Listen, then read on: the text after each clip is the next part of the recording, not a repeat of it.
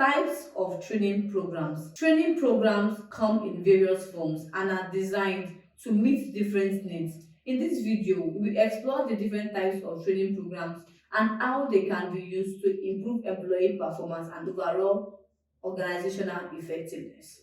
1. On-the-job training. On-the-job training is a common type of training that involves teaching employees new skills or procedures while they are performing their job tasks. This type of training is often used for new employees or when existing employees are learning new job responsibilities. On-the-job training can be beneficial because it allows employees to immediately apply what they have been learned to their job tasks.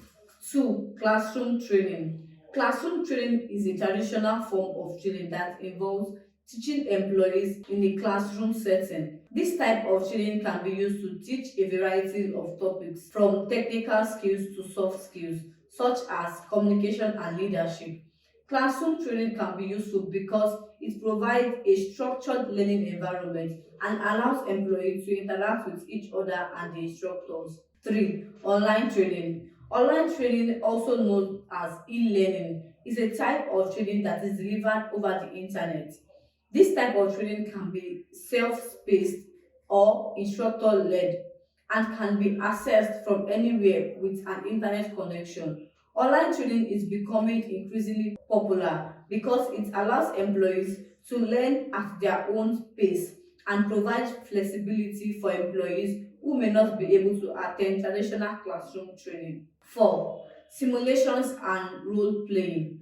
Simulations and role playing are training methods that involve creating scenarios that stimulate real world situations. This type of training can be used to teach employees how to handle different situations and develop their problem solving skills. Simulations and role playing can be useful because they provide employees with hands-on experience without the risk of making mistakes in a real world setting. 5. Mentoring and coaching.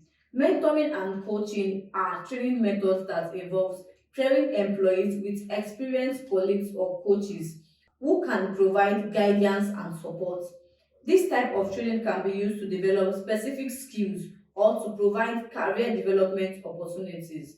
Mentoring and coaching can be beneficial because they provide employees with personalized attentions and allow them to learn from someone who has already mastered the skills they are trying to learn.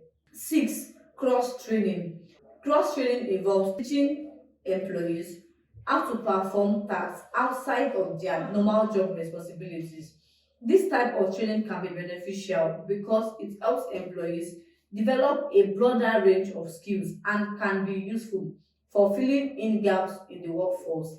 Cross training can also be helpful for employees who are interested in career development opportunities within the organization. Thank you for watching. Bye.